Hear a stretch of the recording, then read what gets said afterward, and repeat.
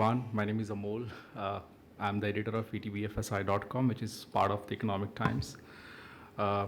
We thought we'll start at 6:30, but 5 to 7 minutes are already late, and maybe we have to wait for 2 to 3 more minutes because one or two gentlemen are on their way. But we thought just we'll start with the introduction first, and we'll begin because, as we know, the Bombay traffic, and we are close to the airport. So it's air traffic as well, perhaps, and it's raining heavily. So we'll just wait for those two people. But meanwhile, we'll start an introduction.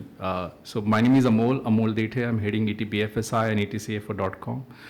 The focus of Economic Times is very aggressive, specifically onto the digital front, and we operate into three verticals. One is the print, which I'm sure everyone starts their day with. Second is the television, where we have Times Now, ET Now, and third is digital. In digital space, in fact, the whole Times group is getting very aggressive and significantly investing heavily because we believe that every sector has a potential to cover far more diligently, and that's why we have ETBFSI, which covers banking and finance. We have ET Auto, which covers automobile, ET Telecom, ET Health, and something like that. Thank you so much. And that's how it's going on. So I'm heading this portal, and we have more than 1 million page views every month on the website, and around 300,000 daily subscribers, which receives our daily newsletter.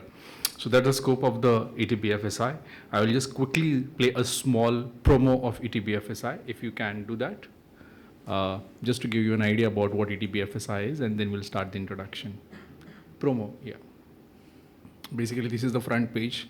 As we all see, the McKinsey report story is the front story today.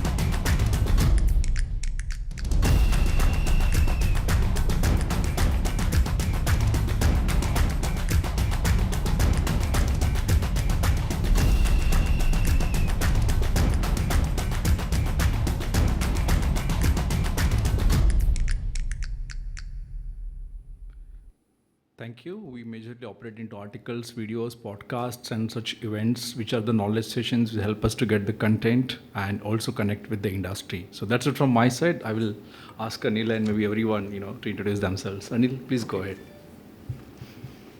Hi, myself Anil Jain. I am heading the credit and operations vertical for Aadhar Housing Finance Limited. Aadhar Housing Finance Limited is basically into affordable housing piece, and we cater to all kind of customers. We cater to all kind of customers who belongs to the unorganized sector. So that is our forte, and the properties like we fund the properties which are beyond municipal limit, basically Gram Panchayat property, Lal Dora properties kind of. So that is about my company. Sure, Anirudh. Yeah. Hi, I am Anirudh Shende. I represent Mahindra Home Finance.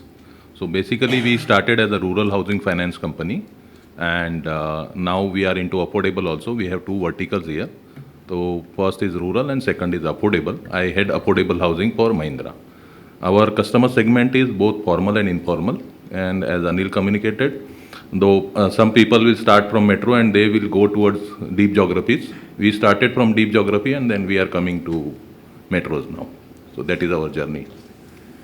Anybody wants to have an affordable house in Mumbai, maybe you can reach out to Anirudh. Definitely.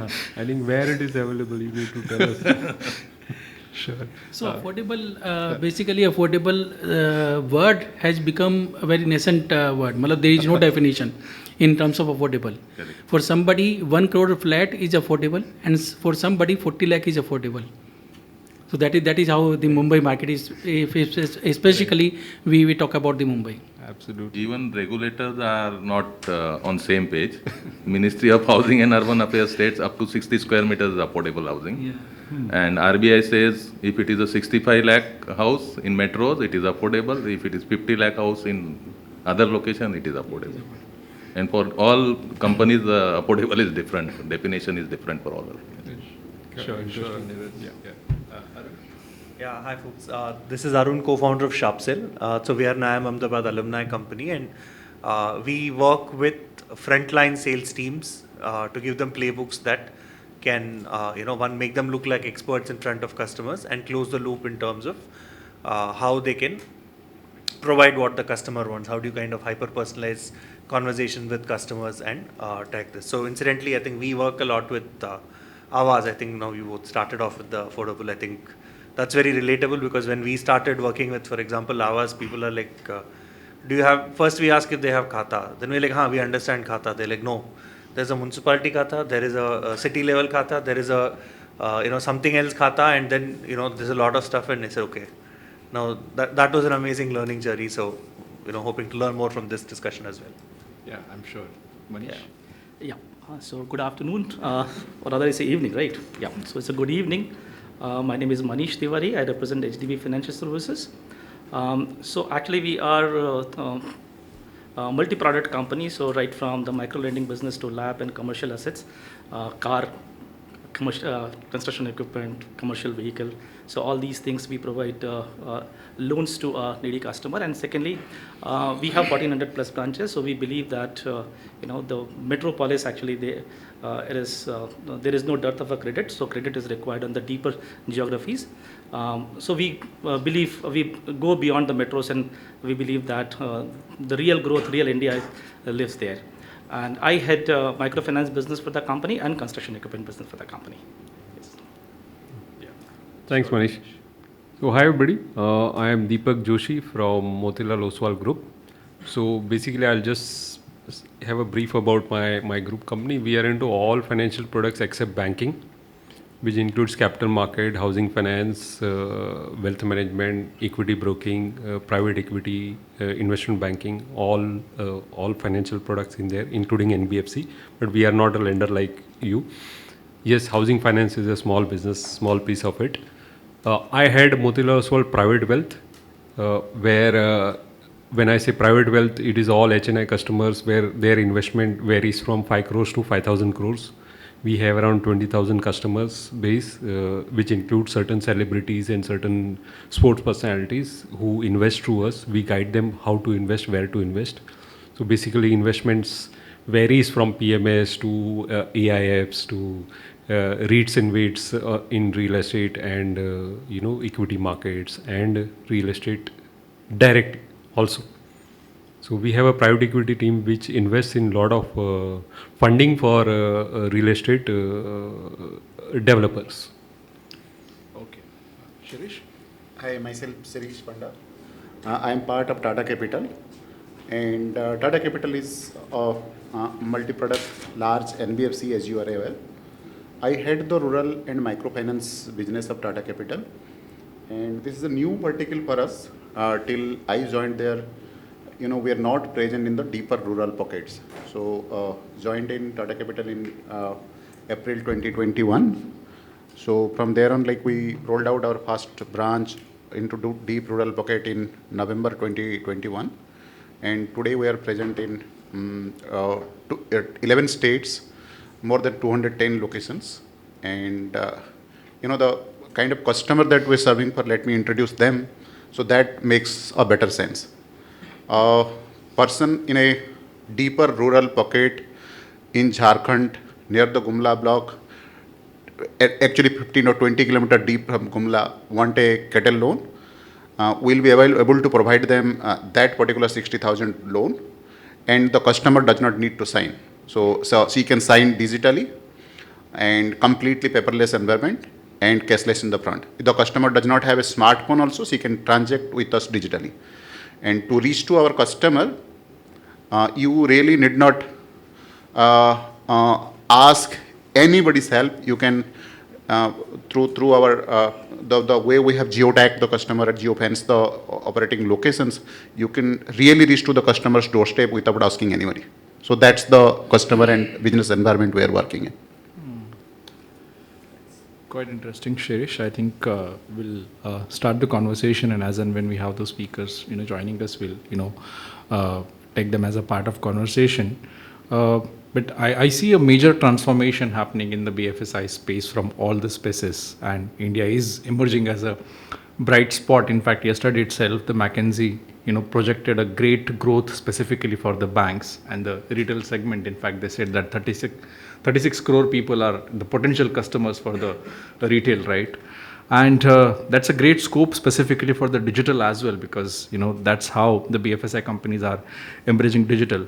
So we at ET BFSI cover all these topics far more aggressively, diligently, and we believe in curating content in different formats, and that's why such formats are also important for us. And the discussion today we have specifically is about optimizing offline customer experience. So obviously I have list of questions which I also shared with you. But maybe to get your perspective, I will allow each one of you to speak maybe 1 or 2 minutes on specifically what do you think about optimizing offline customer experience, and maybe you can share your thoughts. Anil, maybe you can start and then we can take each one's perspective. So basically, if we talk about the customer experience, the journey in the BFSI sector has moved a lot. Like I was listening to Shirish, what Shirish said. Earlier, the companies in the BFSI sector serve the customer in the physical presence. Like Arun was mentioning that the people used to go meet the customer, they guide them for the product, what is the product, how to take it, what is the advantage, and all the terms and conditions. In terms of housing loan, if I talk about, the salesperson guide the customer about the legal and technical aspect of the property also. So all these were part of the physical interaction. There was no record of something. Okay? Every document was inked sign. Now the journey has completely changed. Now in the customer service factor, the people are looking at how can we minimize the interaction with the customer, because there are two flip side of it. One is that the customer feels okay, if I am taking a loan, if I am talking about the home loan, so if somebody is buying a home worth 2 crore and he is taking a loan of 1.5, he definitely wanted that certain people should meet him.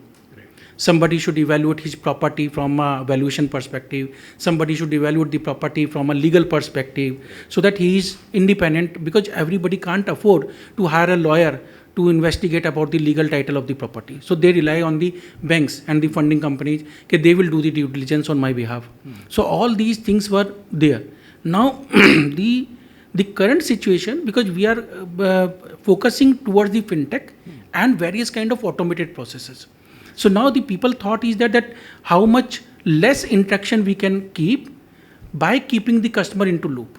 So there is nothing that we have not shared with the customer, we have not guided the customer, but with the lesser people. So maybe in the entire system, instead of 10 people meeting the customer, can it be possible that 2 or 3 people will meet the customer and they will fulfill all the requirement of the customer.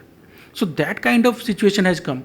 So now the movement has started going, like Shri said, that earlier in the rural, if you want to do a loan, you have to meet the customer, you have to guide everything, you have to carry the documents, take his physical signature. And like Shirish was referring the customer, there might be customer that he doesn't know how to sign.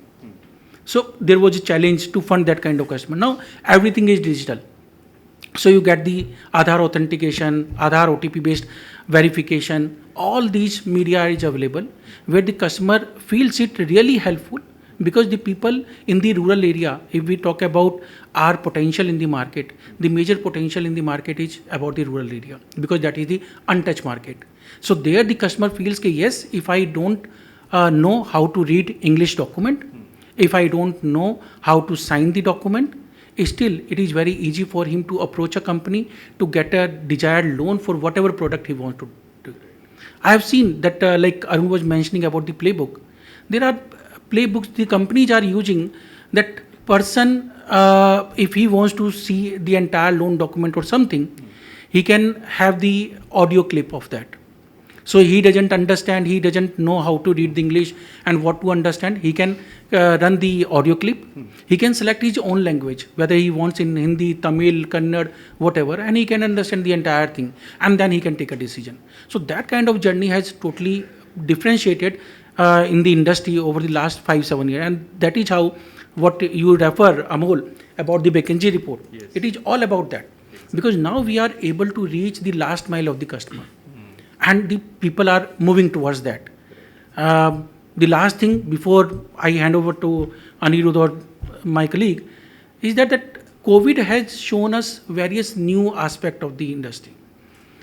initially the people were people were coming from rural to metro cities for doing the job, etc. During the COVID, people have started realizing that physical presence is not required. Importance is to work, and many of the people during the COVID they have shifted to their hometown from the metro cities, and now the shift has started. There are many companies who allow the work from home, and the people have gone from metro cities to tier 3, tier 4 kind of cities, and they have bought the house there. Plus, we have the population which was totally unserved. So it is a mass potential, and this is how the complete shift has happened into the industry. So it's a mix of the physical as well as the digital. This is how the companies are ensuring the customer experience in a different way altogether. Meaningful thoughts, Anil, quite detailed one. Anyone else wants to go ahead and add to what Anil said? Yeah, so I will just expand from where Anil has left. So he says physical and digital. So physical, digital, we call it phygital. This is a fancy word now, right? So we do have multiple products. So there are certain products where the complete journey is digital. But when I say a complete journey digital is, so there are two parts to digital. One is a self-service, whereas the entire journey is digital, and second is your assisted journey. But most of the places or the large number of a journey is basically assisted journey because of the kind of a customer we cater to, right? So phygital is actually the word. Now, what are the loans or what are the customers which we go through a digital journey, or what is the physical? So on a digital thing, all kind of loans which are smaller in ticket size, where you want to cover the large amount of a customer. So basically a scalability when you see. And secondly, when you also look for a efficiency, all right? So there the assisted journey or the complete digital journey, this helps. But there are certain places like Anil has talked about the housing loan, or say anything, the ticket size, which is the ticket size of a 2 crores or a 3 crores kind of a thing. You can always use technology available to verify the customer, to underwrite the customer, because there are a lot of micro services which are available through which you can underwrite the customer. But because of the sheer nature of the transaction, you need a personal interaction with the customer, right? So that is where the physical presence is required. And one more thing, when I saw the topic of discussion for this particular session, so I saw the offline experiences, right? Offline experiences. This little surprised me because this is the word where this is very fancy to talk about the digital and online, all right? And there we are talking about the offline. So we are touching base something which is very, very inherent, which is the brick and mortar, all right? So I must say that the brick or mortar kind of a thing, which is a traditional businesses, I don't think that will be replaced by the digital thing. So anything which is digital, this is basically will help the the customer experiences. This will help in scalability. This will also help improving the efficiency, right? That's the reason we do have 1,400 branches and we are expanding today. Yeah. Sure. Anyone else? Then maybe we can go for specific questions. Taking it ahead, so I think two things were very important for digital journey. One was the coming of Jio. Right. They gave data at 100 rupees or 200 rupees. Yeah. So सबके हाथ में data was there. So I think that was the first, what you can say, transformation towards digital. Second, as rightly said by Anil, during COVID, we all understood that physical presence is not required. So I think lot of things have changed in last 7 to 8 years. But as far as housing loan industry is concerned, still one jigsaw puzzle, that is the legal, that is still not addressed in a digital. Some of the states have digitized their records, but not all states. And as far as property laws are concerned, it is a state subject. It is not a central subject, so every state will have its own whatever intricacies are there. So I think what other things maybe till financial sanction, or whether the customer has intent or eligibility.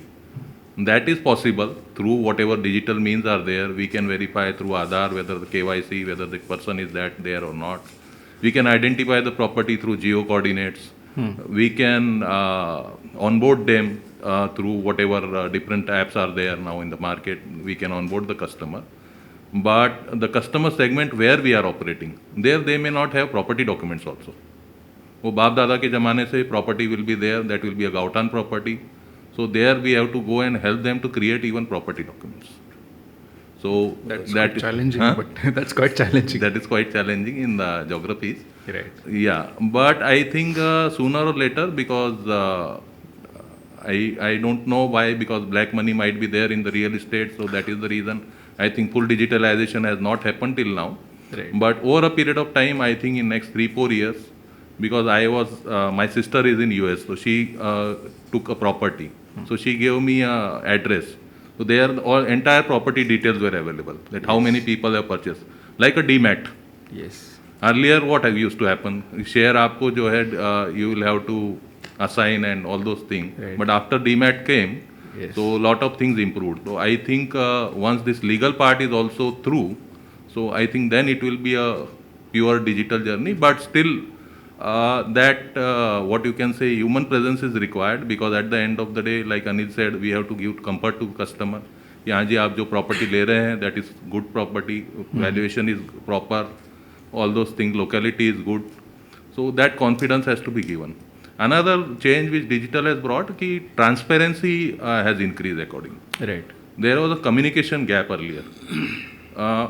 Credit manager was telling something, the understanding of the field team was something, and the customer was taken through some channel partner, his understanding was something. So after these digital things, at least you can directly connect with customer, and you can tell him that what is required, what is not required. So that transparency has come, and I think it's a good thing Right. going forward. No, sure. I think so. We got some perspective from the BFSI players. Arun, do you want to add something in terms of how the BFSI companies are optimizing customer So I experience? think one thing that's really changed is once a customer has said, I want to work with you, then it's now become like butter smooth, where you say onboarding, taking this KYC. So in terms of giving transparency, saying, hey, there are 6 steps in my process, you're in step 1, step 2, give me clarification in step 3. But one of the things that we expected to change, let's say post-COVID, was, there's a lot of digital transformation happening, right? So one of the things that we have seen still not happening, and things which have evolved, let's say in a slightly opposite direction, is still in terms of sourcing and your feet on street. Because, so till the time somebody comes in, what is happening with the customer? Because the reality is, for the most part, especially let's say when you talk about lending, when there is a need, the customer probably approaches 2-3 sets of people, till what level the conversation goes is different, but you at least ask some friends, family, say, you kind of ask some, some relationship you might have with some bank, NBFC, etc. So you start that part, and what we have seen is that the digitization part of, helping your salesperson, your, let's say your distributor or your feet on street, whatever it is, somebody who's representing you out in the field, especially for, let's say, tier 2, tier 3 towns, etc. So that part, didn't really evolve, because earlier this person was the center of the universe, because everything had to be funneled through this person. Suddenly what happened was that there's transparency on a lot of other things. People could, today people have come to a place where they'll just Google it up. So a lot of information is available. You'll have information floating on WhatsApp. Whether it's right or wrong is different, but people seem to have more access to information on what they are doing, and people have a lot more questions to ask, saying, hey, but this said this, किसी ने कुछ लिया था तब, तो is it going to happen to me, etc., etc. And what we are looking at is, from an offline experience, there are only 2 things. One is what is happening pre-onboarding, and what is happening in case you have some issue later on. Some customer servicing. A lot of times it's a smooth journey. A lot of times you have regular service calls, etc., that take care of things. But when something goes wrong, you'll want to kind of have that. But what we have seen, at least in the onboarding part, is that suddenly today the salesperson, who had a lot of things on their plate, now their only job is to go get that customer and focus on one job. And at least what we have seen is that now salespeople don't have anything to hide behind, because now there's only one part. You don't have to worry about process. You don't have to worry about a lot of other things happening. You get this done, disbursal hua to chalo. You get it in your account, otherwise it's not. So then we look at this. So this is where I think that offline experience part kind of comes in, because especially with multi-product companies, we've seen that a lot of times people don't know all the offering, and people don't have an idea of what it is. With, let's say, single product companies, or let's say 2-3 product, it's not really much of a deal. But for example, we work with a lot of banks, and specifically with rural. So one of the largest banks in India. So the head of rural was talking and saying, you know what, I went to my rural branches, and I was asking these guys what's happening with our, let's say they do something called rural, some product name, okay. So he said, हाँ sir, लोग उसके लिए आते हैं, but I said हमारे पास वैसा है नहीं. So I said, why don't you go to my competition bank? And this guy got after saying, because we've created like 14 specific products for you. I mean, technically all those products are mortgage products. I mean, you give property, it could be your office, it could be your house, whatnot. You put it in different names, but people didn't know, because somebody will come and say, यार मुझे farm equipment खरीदना है, उसके लिए कुछ है आपके पास? And they'll say, no, we don't have farm equipment loan, move on, etc. And that became a big issue, because the answer is you have it, maybe you don't have it in the name. So with multi-product companies, we see that with the offline world, the products have evolved. Sometimes for distributors, you have like multiple companies coming in, and we see that as the challenge happening in offline, where people don't know what it is. They are not able to really correlate the needs of the customer with what is there. And maybe I think you might have a slightly different experience because of the kind of customers that you deal with and the kind of RMs that you may have. Yeah. So interesting topic. So when I was going through that offline, because everybody's talking digital, so I was wondering, why in this digital world, what is offline? Right. So offline, still I love offline. Let me tell you that from my experience throughout my journey, and it can never end. So let me share certain experience here.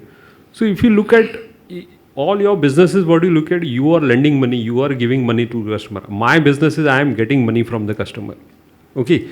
And if you look at the capital market segment, and these are little matured customers in terms of their knowledge, in terms of technology has also advanced, everything is getting real time, even onboarding is happening in a very smooth way. But still, if I were to compare that with my wealth customer as of now, they still love physical. The reason behind that I will mention, because in COVID period we created our own app for digital onboarding and all that. After COVID finished, people again went back to physical. Right. Now, what is the reason behind that? Basically, if you look at the physical world, the way it functions right now is like a HNI customer who has a net worth of 5 crores, 10 crores, 15 crores, he himself will never fill in the application, or he himself will never, he will have somebody on his behalf doing it. Right. That is first factor. Where somebody in physical world, what happens is, somebody is writing down on his behalf everything, he is just simply signing. Absolutely. So he still loves that. Okay. Second factor is about the OTP. So when the Aadhaar OTP, if you ask a big HNI customer, sir, आपके पास OTP आया है, please मुझे दीजिए. It looks really absurd for big customers to even ask for it. Okay, that is the second factor which plays around why physical will still continue. Right. So if you look at the class of it, the retail side will continue. And the second challenging factor when we are today talking everything digital, when moment the joint holder comes, digital fails. Moment the non-individual customer comes, digital fails. Still nobody has a solution for that. Look for NRI, look for LLP companies or partnership. There are no digital solutions around available. Right. So only for single holder and individual, digital solutions are available. But for all this entire space, what I am talking, other than individuals, still there are no answer. Nobody has a 100% answer to it. Yes, many attempts are made in the industry to come with the solution, but I am yet to see the good solutions around it. Yeah. Quite meaningful and great observations, Deepak.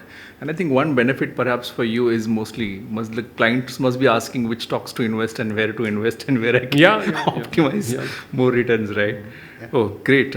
Nice conversation so far. So what I will do is now, I have a couple of specific questions and, we'll go ahead with that. So we all understand the benefits of maybe the branch or a brick and mortar, or the physical mode where the customer service could be much better than the 5-inch smartphone. So my question is, most of the businesses focus on the relation to how customers come in contact with the company's products and services, because till today the insurance cannot be sold until and unless the agent explains what is the difference between ULIP and non-ULIP products, right?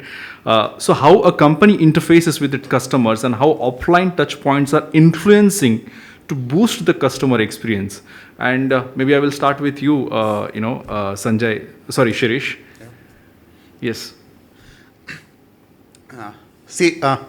I'll give you a very interesting industry insight. Sure. The industry where I work is rural and microfinance. The size of industry today is about 3,47,000 crore, consisting of 6.4 crore unique customer. And if you ask to any of our competitors or in the peer group, every year, for every player, the new to credit customers are about 30%. So on that light, industry should be growing at 30% pace, right? The number of customer base should be growing at 30% pace, but the customer base is growing by 9%. So what is happening to the rest 20% customer? Then from the data science, we tried and deep dived into it. Now, till the time, what is the business model? The business model itself was exclusion. Because there was exclusion, then there was inclusion. And be it a housing, be it a customer requires a two-wheeler, whether the customer had to send her sons or daughter to a higher education, for everything the unique vanilla solution was a microfinance loan then. Today, with 20% of our customer, and when I'm saying customer, we do not consider the lady as our customer, but the household is our customer.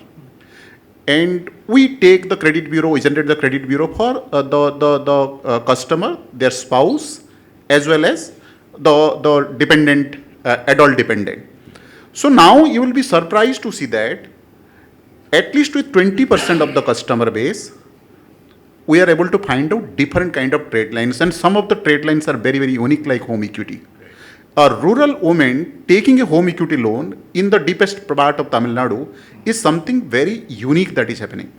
So in that context and in that light, does it become its paramount importance that like we capture and enrich our database? And that's where the thought process starts.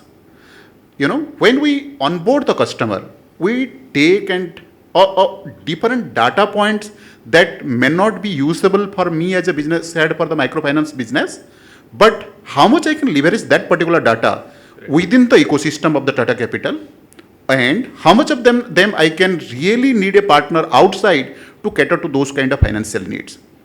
And by virtue of that, like we capture the database for whether the customer wants to buy a two-wheeler, wants to send their sons and daughter for higher education, whether they want to construct a toilet or a house extension. So all those kind of database, because you capture that will be a wealth of information for us for going ahead. What the product I am offering today may not be material, but what I'll offer for next 2 to 5 years, that will be material. So that is where like I want to put the things into perspective. Sure, I think quite great observations, and that's when it will help you to underwrite your policies also in a far more better way. That's the thing actually Yes, we are doing. yes. Sorry for Sure. taking a minute only. So the kind of differentiator we are putting. Great. If a customer is having a very, very different kind of experience about the tenure for which the customer is borrowing and the repayment behavior and how the customer has managed the stress. So the offering for those particular set of customer is very different for us. Right. To avail a normal microfinance loan, the usual industry TAT is about 4 to 5 days. And for a particular set of customer who have those kind of experience, vintage and credit record, it is 4 hours. Before a year or 2, you are not able to think about this kind of product proposition for the customer, but because we have data today, we are able to service in that manner. Sure, Shirish. Maybe Deepak, Manish, you want to add? Yeah, so the customer experience when so basically we'll talk about first physical and then I'll go to a digital part of it, right? So physical experience, so some of the small ticket loans, what we do is basically it's a digital loan or a consumer durable loan. So this loan actually, we don't have our physical offices where we receive the customer. Actually, it's a dealer space or a large scale format stores, a small scale format store where we meet the customer. So customer experience is about how fast I can dispose a loan to him. Right. That's basically a 30-second, 40-second or a 1-minute decision.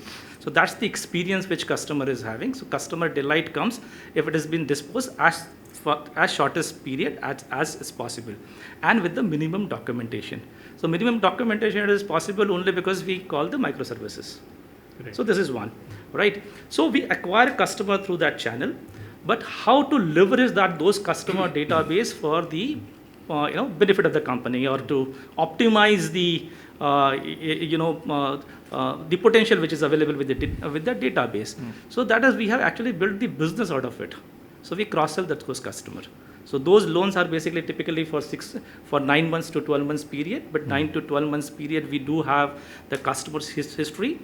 We do have a lot of AI-enabled tools where we assess the customer behavior and the cohort behavior, and basis that actually we leverage and we give some kind of a different loan, and we have built a business out of it. So one is customer experiences, which is at the physical form, but when I say physical, so it's a small ticket loan, so certainly you are talking about efficiency. So some of the product we actually disburse 2.5 lakhs loan a month. That is only possible with the help of digital, right?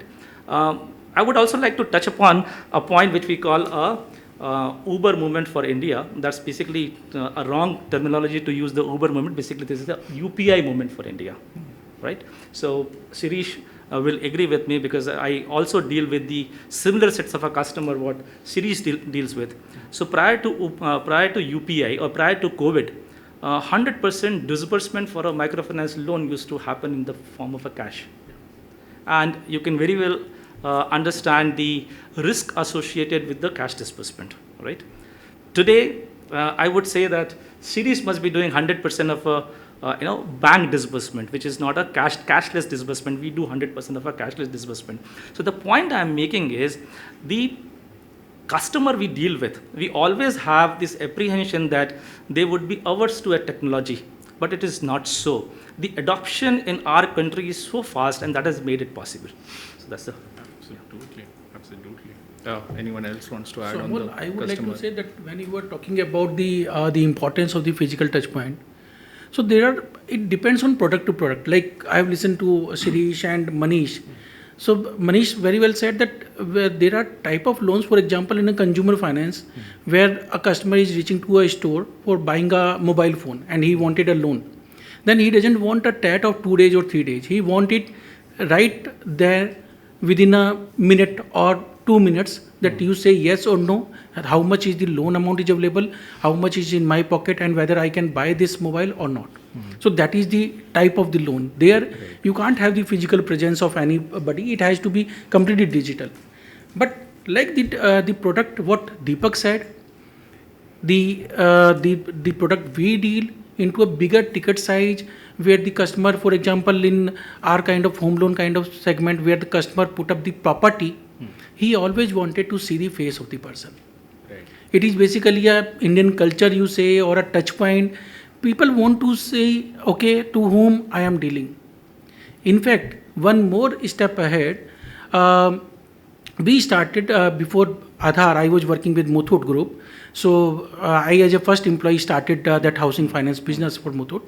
So there we have seen that the people were inclined that we have our single office at that time in Goregaon, and we were funding in Palghar, Boisar kind of.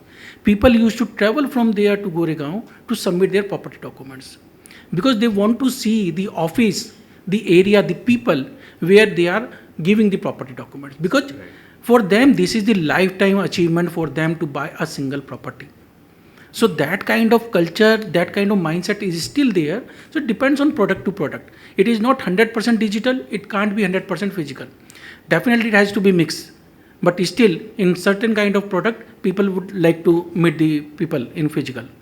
Yes, to some extent, it has been replaced now. When the initial discussion or anything, it has started shifting towards a video. So now people have started talking over the video. Even I have seen some companies have started doing the customer service call, customer complaints resolution, etc. So instead of just customer care talk about the phone, they started video calling with the customer. So there the customer gets a good feel about it, that who is talking to me. So that is very, very important. And like Deepak was saying, you can't have your product, because in a digital world, you don't know today A person has talked to the customer, tomorrow B.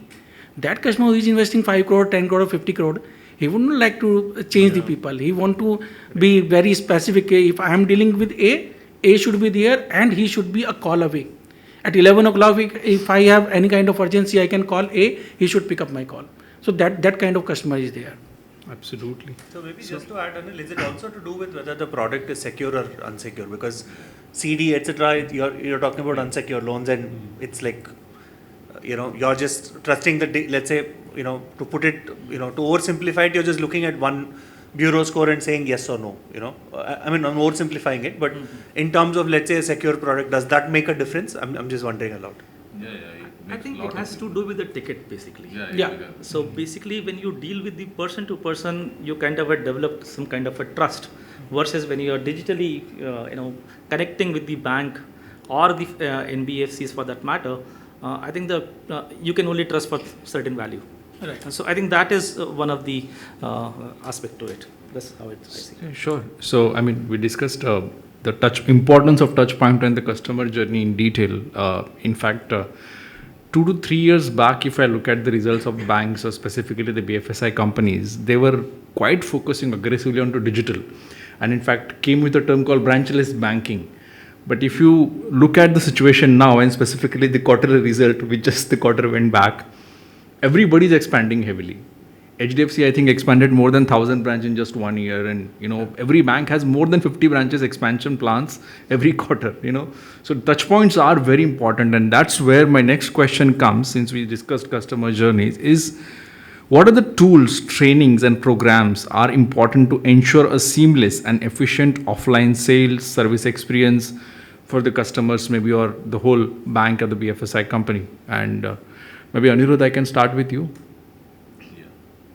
So basically, when we started this journey, I think that time, as somebody mentioned earlier, people were not aware about their social media influence was not there, but now I think multiple things they are aware about it. Right. So when somebody is approaching them for a housing loan or any other loan, I think we require a better finance professionals when they reach out. So that training part is very important, what I am seeing right now.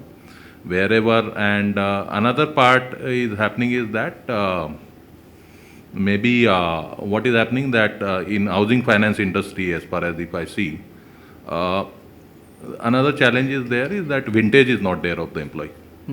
Almost 97 housing finance companies are there. तो 6 महीना रुकता है, then आगे निकल जाता है. Once he is a front line, then he becomes a BM within 1 year. तो somewhere that what you can say, पहले पकता था थोड़ा सा आदमी जो है 2-3 साल जो मैच्योरिटी होता था, तो somewhere that has come down. तो the industry, that is industry wide challenge, but what we are trying to do is that we are hiring now freshers from campus, and we are trying to create a fresh pool of talent, because at the end of the day that is the only way, because some attrition would be there, but so that is one part as far as training is concerned. So we are trying to train them, we are trying to make them a better professional, because when you are sitting in front of a customer, you should be able to help him starting from what you can say lead or login to end customer service. So that thing is currently missing in due to this whatever things are there going on. So that is the approach we have taken. Second, if we talk about tools, I think there are a lot of tools are available where customer is checking on their own, their CIBIL scores and all, even at Paytm, and you can get your own credit score. So they are aware about it. So different tools are available to the customer, as well as the organizations are also coming along with different tools to reach out to customer. Sure. So that's what I guess. Okay. Sure. Anyone else wants to add from this side here? Yeah, Shirish. See, even today, our branches are certainly physical, and the kind of customer segment we are working with is, the financially excluded segment till now.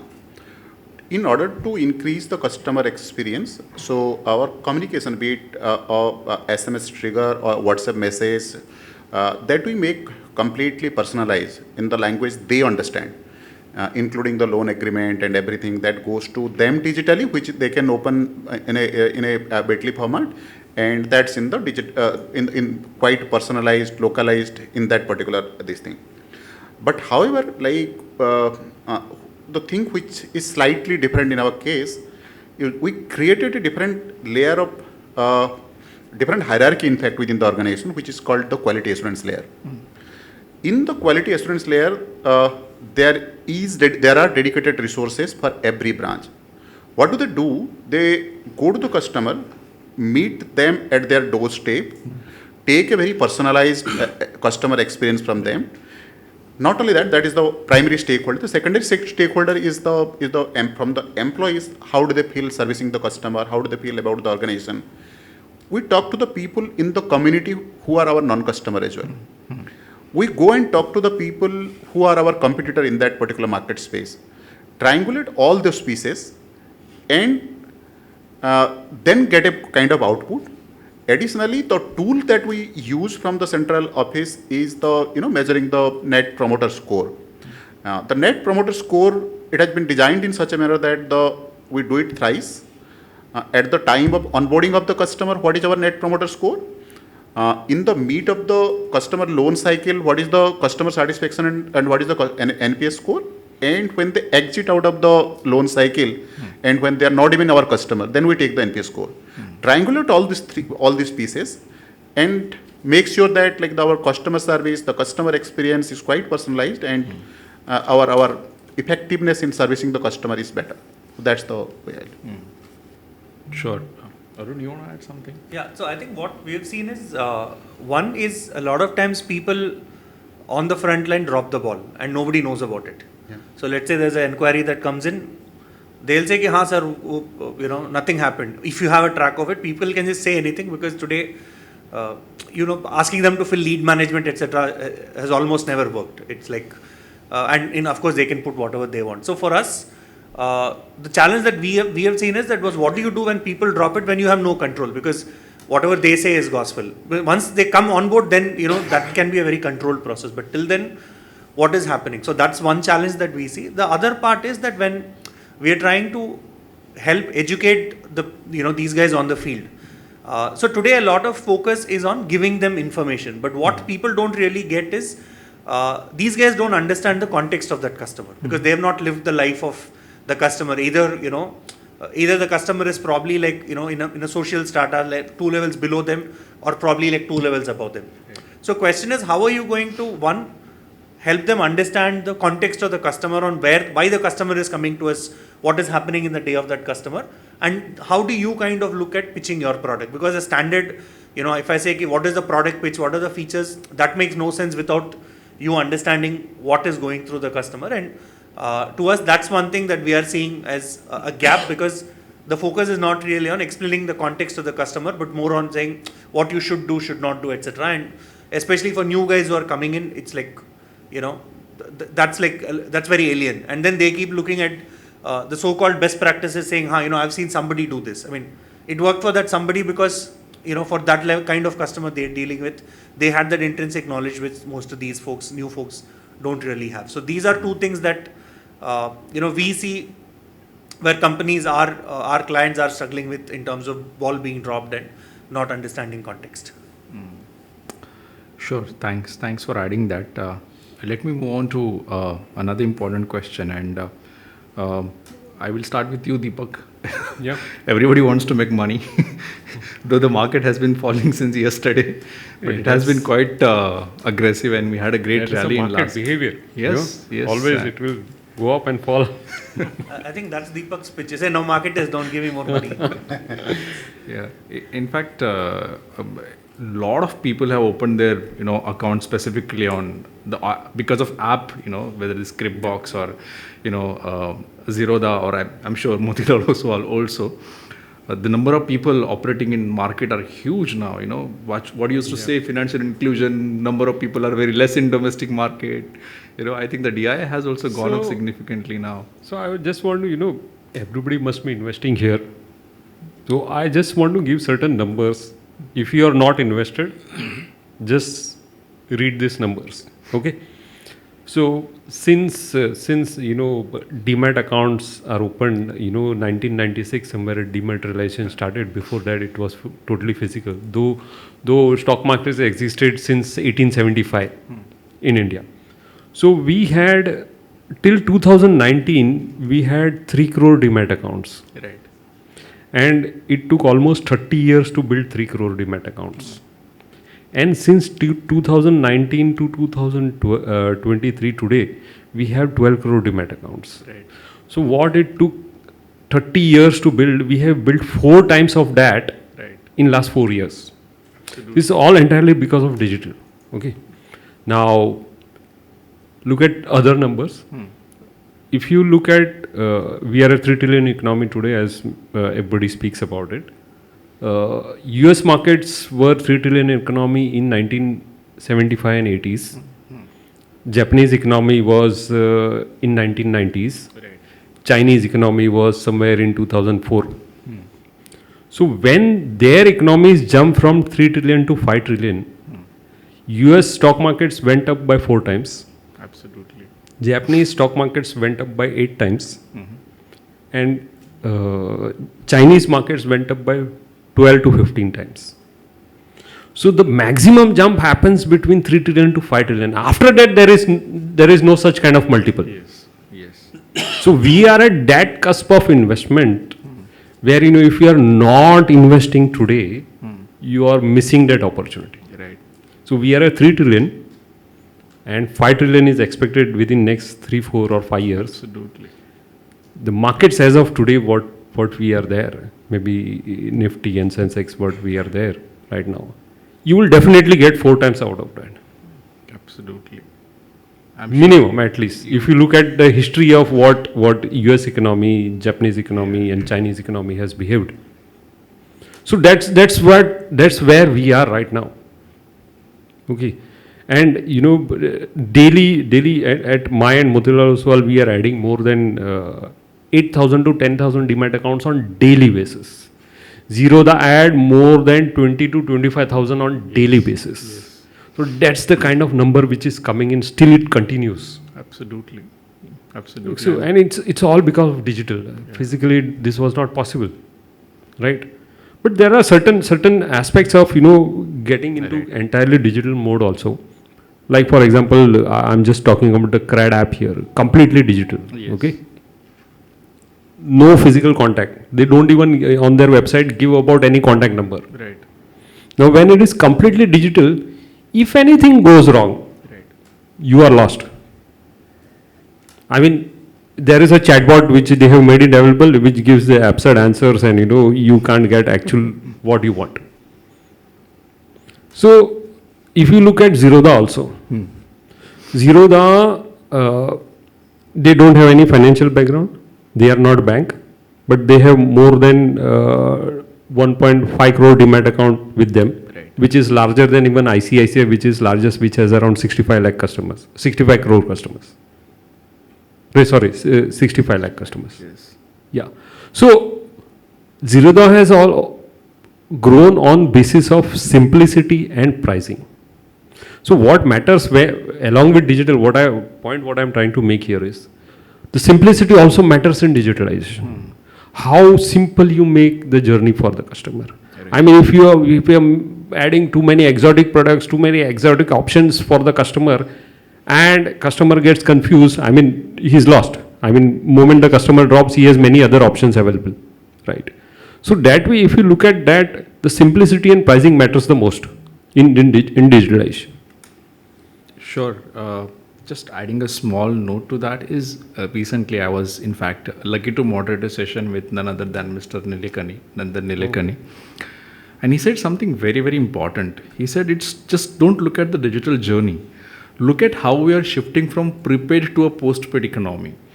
And that's where, the transparency and everything came up. You perhaps do not need to submit so many documents because your, biometrics are such and your digital footprints are such that with a number of Aadhaar, you can get your create history. And that's where we are heading towards a postpaid economy. I'm sure once the conversation is over, everyone is going to come to you and ask you for tips in terms of, where to invest and how to get more benefits of $5 trillion economy, which will definitely. I mean, you invest in any company as of today, good company, you will get returns. Absolutely. That much I can guarantee. See, there are more than 5,000 listed companies, Absolutely. but with a good corporate governance, you will not find more than 150 companies. Right. So you need to be invested in those 150 companies, not more than that. Yeah. So sure, everyone in the hall knows, whom to catch, for your, yeah, exactly. So now my question is specifically, and Manish, I will come to you because you touched this point very aggressively initially about digital. So tell us about the importance of integrating offline and online channels, because again, ultimately, neither online nor offline can go on its own, right? So there has to be an integration. So, share your insights there. So you rightly said, I mean, on today's word, if I say I will not adopt to the technology, I will only have the physical presence of the branches, it is very difficult to scale up. I emphasize a couple of times scaling up and efficiency. These are the two words which comes with the technology. Right. All right. So unless you do that. But at the same time, we also spoke about there are certain transactions which are a low value transaction, which is very, very easy to deliver or dispose by a digital mean because of the microservices being available today. Other being one, right? But for certain level of a transaction, you actually need a physical transactions, right? Where you need to build a certain kind of a trust with the customer. Right. Having said that, today, I think this SBI is having 12,000 plus branches, if I'm not wrong. Yes. 12,000 plus branches. We are having 1,400 branches. HDFC Bank is having close to 6,000 plus branches, right? So that means this particular market, 1.4 billion of a population and so many districts, so many, unbanked territory today, that gives you the large opportunity to go there physically. Right. That means a physical presence, which is a traditional brick and mortar kind of a presence. Now, what will happen with the adoption of the technology? What will happen? The customer which you acquire today, right? In a year or two, that customer will adopt to our technology. But there will certainly be a customer which will be in a hinterland or very deep somewhere in the rural pocket. He has to be handhold for an adoption of the technology. But with the UPI example, what I have given you earlier, the adoption in this country is very fast. All right. Even we talk about the literacy, right? But there is a lot of literacy program which a lot of NGOs, the BFSI like us, RBI, they insist on some kind of a literacy, financial literacy program to this kind of a sector. So the moment this financial literacy program approaches them, they will certainly try their hands with the technology. Now, the biggest example of the technology is the number of smartphone being used today. Yes. This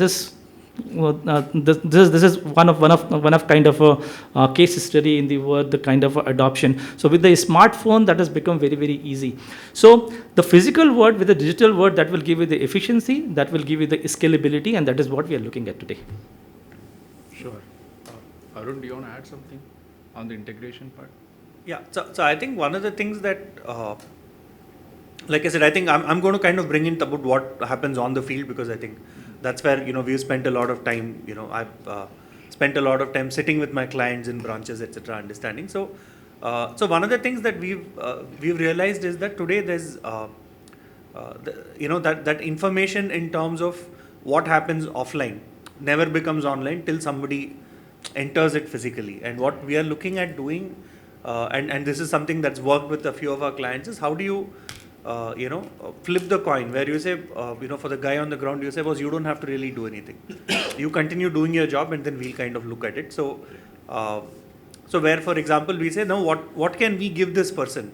So that if, let's say, you're meeting a customer and, for example, let's say they want to, make an investment of 1 crore. They say, boss, 1 crore hai, so give me some solution, which PMS, tell me something about it. Or they say, I need a 1 crore home. So you say, I have 25 lakhs. So tell me what should I do? Because let's say I'm a salaried person, but my wife is, let's say, running her own proprietorship. So what should I do? So what we have seen is that instead of trying to collect all this customer information, and again, a salesperson will never do that because for them, this is all like overhead. They're like, till I kind of see closure happening, to me, everything I do is like useless, is in the minds. And most people want immediate gratification. If you can close today, tomorrow, I'll do everything. But you say, come back after a week, I'm going to drop the ball. So for us, the question is, how can you kind of make their life easy so that they can just, let's say in 2-3 clicks, show the customer that, boss, I've understood your requirement. You have all the right information and I'm done.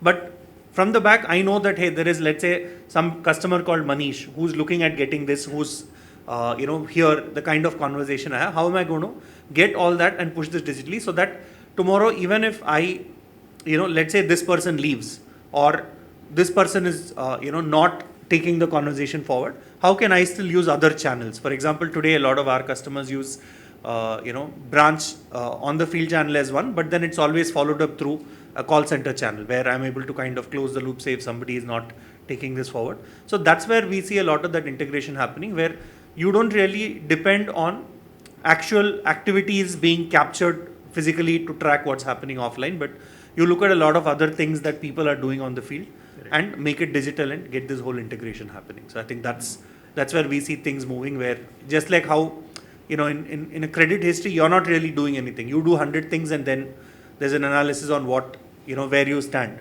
So we are kind of seeing a lot of that happening for on-field activities where बहुत अलग से आपको कुछ नहीं करना पड़ेगा, जो भी आप कर रहे हो कर लो, and we'll kind of figure out what's happening with you. Oh, sure. I think we are just, coming to an end, maybe 5-7 more minutes. So one last question maybe to all of you, and, because a lot of things about the digital, the customer journey has been discussed, but thinking about the future and the best practices that all of you must be adopting at your company will be benefit for the, readers and the viewers also and the others.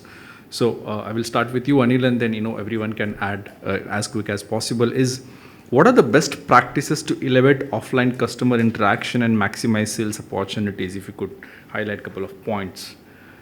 So Amol, the important, I would take it up what Arun was saying or Manish has said in the last question. There is a very good requirement of integrating the offline and the online experience to the customer. Right. Like we discussed in the last 1 hour, that still the customer base is there, that he wanted a physical touch with the salesperson, at least at the first point. So that is very, very important. But how it can integrate with the technology is that initially we look at that every document the customer need to fill up the document. Number 1. Number 2, customer need to provide so many documents in the physical form. So if somebody wants to apply a loan of a decent ticket size, so the salesperson used to provide him a list before going to him. Sir, please keep these 25 documents. Right. Once it is ready, I will come and take all the documents. And it takes lot of time for the customer to get the bank statement from the bank account. So he will visit the physical branch. From there, he will take the bank statement. He will ask the HR to form 16, etc., etc. So many things are there. Now, the digital journey is available. The tools are available in the market where you can map the physical meeting with the digital. So, for example, the salesperson has gone to the customer. He has explained the entire product. He has discussed whatever the customer want to understand from the salesperson. He has understood that. Now, when it comes to documentation, so there are the tools available. For example, Aadhaar authentication. He can just do the verification of the KYC. The moment you do the Aadhaar authentication, it automatically captures all the information from the Aadhaar database. You need not to submit the KYC also. Similarly, for the bank statement, there is a bank aggregator. So you have to just authenticate the bank aggregator through a OTP, registered mobile number, and all the bank statement will be automatically fetched out. So no need that you have to keep all these 25 documents ready and you spend so much time. And this is how the things are evolving towards the customer experience. And this is very, very important that any company, when the company look at to give the best in class customer experience, it has to have both the things together. So physical presence is required definitely, but it has to be integrated with the online facilities available in the market, so that the discussion or the interaction or the trust level is happening through a physical meeting, but rest of the things can be taken care by the your digital journey. Right. I think Anil covered a lot of points, but still, if anything left, please feel free to add. Anirudh? Yeah, so I think earlier when we started, 80% of our customers were paying cash because we were in deep geography. After this UPI thing has come, and I think it has completely reversed. So the army of people was required earlier for collection actually, because you have to collect 1,000 rupees, 2,000 rupees. Our loan ticket size was 2 lakh rupees. So you have to keep army of people. So that is the best what we got after this whatever digital. So we tied up with post office also, we tied up with CSC. So different touch points were given along with UPI. But over a period of time, what we are seeing that the adoption is increasing and banking habits are coming. So even in rural geographies now, through eNACH, we get somewhere around 50-60% of the customers pay through eNACH. And Aadhaar-based NACH has also started now. So it covers almost 300, 400 banks or cooperative banks or whatever things are there. So I think this integration is really working well overall, but still the physical presence is required. Because like Anil said earlier, मैं अपनी registry किसके पास रख रहा हूँ, that is most important thing for a person still. क्योंकि आपकी ज़मीन के कागज़ रख रहा है वो, तो then at the end of the day he wants to see हाँ whether they have the office or not. And it has happened earlier also that MNCs have opened branches across the country, and once they close down because they have their own global whatever things are there, and people were who had taken home loans and all, they were just following up and they were not getting this thing. So I think overall whatever the way is, it is a phygital.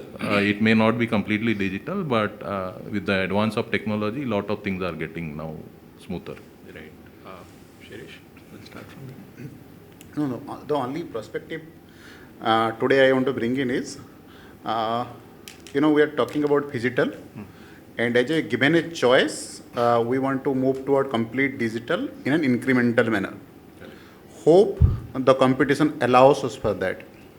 And I am sure, today, if the point I want to make is the change from here on from phygital to digital will be drastic. It will not be an incremental change, and that's how the competition will be ruthless on us. And the better the adoption, the quicker we adapt to that, it will be better for us, because now even the deepest part of the rural areas, there are fintechs reaching out. If the data, customer behavior, the credit history, if these things can be assessed, and there are tools available. And before we realize that the competition has been hijacked by the competition, then we have to be better prepared for that. Sure. Deepak? So what I look at it, offline, the migration will continue, offline to online and, digital and all. It will continue, and it will have that digital customers coming in more and more. But still I feel, somewhere that journey of digitalization, multiple KYC continues. If I were to come to you, you will do KYC. If I were to come to you, again you will do KYC. Everywhere that KYC continues. The CKYC has not. Yeah. So Sarsai and government has somewhere made that attempts, KRA and Sarsai and all that are still yet to take a shape and actually get the benefit out of it. I am looking at a phase where I should be able to do my KYC only with my thumb and Aadhaar number and everything. You should get every detail. Why should I give all my documents again to you? That is a real digital sense where simplicity. Absolutely.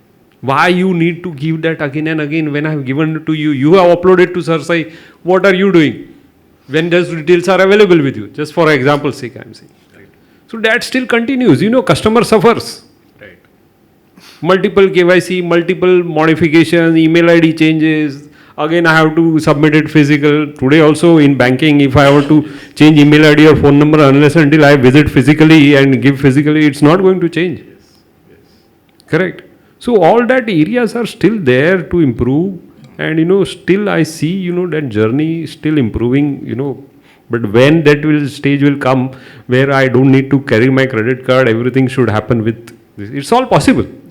Technologically, it's all possible. Logics are also there. It's all doable. But I don't know. Still, somewhere it is not taking that shape. Yeah, so since the question is specifically about the offline experience, so I think here we are missing a point that, our ambassador today, this is basically a fleet on the street, right? So the trained fleet on the street, FOS, who are dealing with the customer at the customer point, a customer's home at the branches, these are basically the differentiator. Now, how can we differentiate it? Again, we have to take the help of a digital tool which is available. So the FOS will be able to give the proper counseling to a customer unless he is equipped with certain tool where all the information which is required to deal with the customer is available. So again, that tool is basically digital. So there are a lot of training today applications where you can upload your training program. Every day you can push a certain notification which you want to run or certain changes which is happening on the banking and FSI industry, so that he is available, how to conduct with the customer, how to deal with the customer, what are the newer product which is available for the customer. And secondly, he is also able to pitch something which is not his product. So like what Arun said, if a customer wants a two-wheeler, but I have gone to a customer to sell a microfinance loan, I'm not aware whether two-wheeler I can service the customer. But if I give a customer to the solution of his requirement of a two-wheeler, that's basically a customer delight, and customer experiences, offline experience completely changes. Right. Sure. So I wanted Arun also to add, but before that, gentlemen, the point of discussion, the questions, I have a couple of them more, but I think we'll stop here on the discussion part. But I think there are a couple of slides which Arun wants to show and, take ahead this whole playbook conversation. So please, you can also add in terms of the, conversation you are discussing about customer interaction, and maybe show a couple of slides. Yeah, so I think for us, offline is the only unpredictable part in this whole journey. Everything else you would have, let's say a reasonable level of visibility and control on what could potentially happen. But offline, what happens, let's say in a face-to-face meet, or what happens in a call. So that's what is most disconnected. And I think as an organization, our focus has been to say, how can you bridge that gap? And this also comes from our understanding where, we, for example, we started with, insurance as an industry. So one of my other co-founders, he actually took a sabbatical, became an insurance advisor, spent 6 months on the field trying to figure out how people sell. So I've spent a lot of time in, tier 3, tier 4 towns in India, sat in a Xerox shop the whole day, telephone booth in a Xerox shop, but he's an insurance advisor. Yeah, thanks. So somebody comes in, then he will sell. So we spent a lot of time there, and we realized that it's a very erratic process, and there is no, when a lot of organizations have failed in trying to standardize it, and we've also, been party to that, where we've gone and said, hum standardize karenge all this, and it's either we failed or we failed miserably. So what we realized is that, everybody has their own way of making it work. And our question was to say, how are you really going to ensure that you don't kind of try to, mold them in a certain way and say, only do it this way, because like rightly said, one of the biggest things across BFSI that we are seeing is, you jump, companies every 1 year, you've made a career. You have enough companies to make a career, and there you're talking about like 500 rupee, 1000 rupee incentives, increments, sorry. You jump there, somebody says, I'll give you 1000 rupee more, that's like probably like 10-12% for you. So you kind of move on. So the question is that given that there's going to be fluidity on the field, given that there's going to be, lack of understanding, how can you kind of still make some sense out of it is where we really focus on. And for us, this is where it starts, where you say there's a lot of information today. The role of the salesperson has really changed. So our question was to say, what do customers really want? Customers say, hey, when I speak to you, don't give me a brochure. I don't want a brochure. Don't make me look for information, because if I wanted that, then I would have done it myself. So help me with something that, where you tell me that you understood what I want, and pretend like you're the advisor, because everybody knows you're out there to sell. I think gone are the days when people, people would call themselves, I'm saying I'm a financial advisor, but who are you? You're an insurance agent. But today people are seeing through that and they know boss, you're selling insurance, right? So most customers today understand that, but they still say, boss, how can you kind of do it? And people also say, expect that, boss, give me something that I can kind of go through at my own pace. Because I'm not going to give you all the time that you ask me to. So let me do my own research, but you then leave something back with me, is what an ask is from customer. So that's where we looked at saying, how do you really create these customers, expert advisors at scale? How are you really going to make them pretend like they are experts, because they can't be experts. And that's a reality that we are working with, where you say that you can't teach everything to everybody. And how are you going to ensure that the customer still gets a highly personalized experience? So this is what we use playbooks for. And our whole idea is that at every stage of, so we look at two axes, right? So one is, what is your customer journey? From the time a first need arises to the time that they kind of have a telephone conversation. Let's say if it translates to a meeting, what are you doing there? Until the time, let's say, a customer is onboarded, where the digital journey mostly takes over completely. At every stage, what is really happening, with an offline resource. And I say offline, it could be a FOS, it could even be somebody on a call center, because the idea is that you're still staying in touch. So what are you really doing to, for example, build that connect and credibility right up front? What are you going to do to make it a little more personal, so that you're not saying, sir, you tell me what you want, or stuff like that? And how are you really going to stay in touch with the customer while they still make some decision? Because especially with slightly large ticket purchases, even let's say, even though we talk about, let's say, 50,000 rupees or 70,000 rupees, the way an iPhone is bought in 70,000 versus the way a two-wheeler is bought with 70,000, the decision-making process is very, very different. So how are you going to give that customer that space to make that decision while still telling them that, hey, I'm going to get it done for you? Because that's what the customer wants to say, especially in lending system. They say, will you give me the assurance that you will take care of my needs? Because I don't want to go through the cycle where last minute you say, nahi aayega, because my flat will go off, I want it done, etc., etc. So this is one thing that we are, really looking at, saying, how do you standardize that? And we say one is this sales cycle, other is what we call a seller cycle. Let's say somebody new, their expectation and want is very different from somebody who's already an expert. And when you take a digital tool to them, you can't have one thing fits all, because an expert guy will know a lot of things. What they want to do is to take the conversation to next level. Some newbie will have zero idea. So how do you still standardize some part of it is where our focus is on. And for us, it starts with saying, how are you going to help them generate leads? And this becomes very important for somebody on the field, because the question that they have is that, boss, arey yaar, ek aur tool aa gaya, because there's already like 20 tools that they have. So the question that people are asking now is, what is in it for me? Is it a management tool where you want me to give you information, or is it something that I can actually use to, earn my incentives and not be questioned?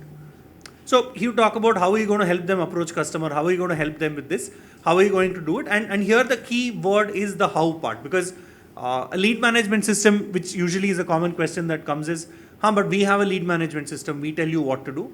But lead management, like I said, focuses on the what part, reach out to this customer tomorrow. But when I call the customer, they're not going to pick up, because customers don't pick calls till they can make a commitment. If I can say yes, I'll pick the call. If I can say no, I'll pick the call. If I'm undecided, more often than not, I'm not going to pick your call, because I have nothing new to add to this conversation. So question is, while you can't have those conversations going on, how are you still going to help them stay in touch with customers, etc., is something that we realized a salesperson would appreciate. Because a lot of times, training programs, people say, you have to knock a door 8 times before it opens. Persistence is important. And when we go on the field, people's questions are, boss, I have called them 3 times, I've texted them 2 times.